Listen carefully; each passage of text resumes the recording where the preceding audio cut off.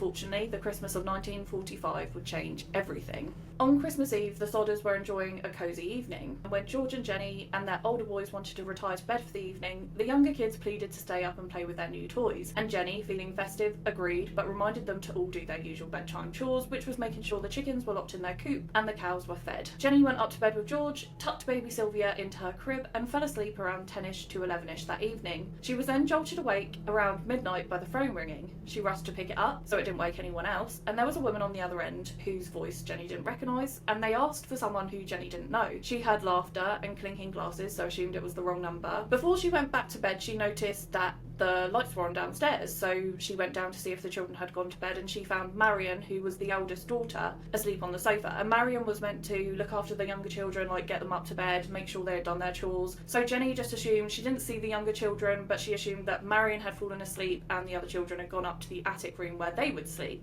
But she also noticed that the front door was left unlocked.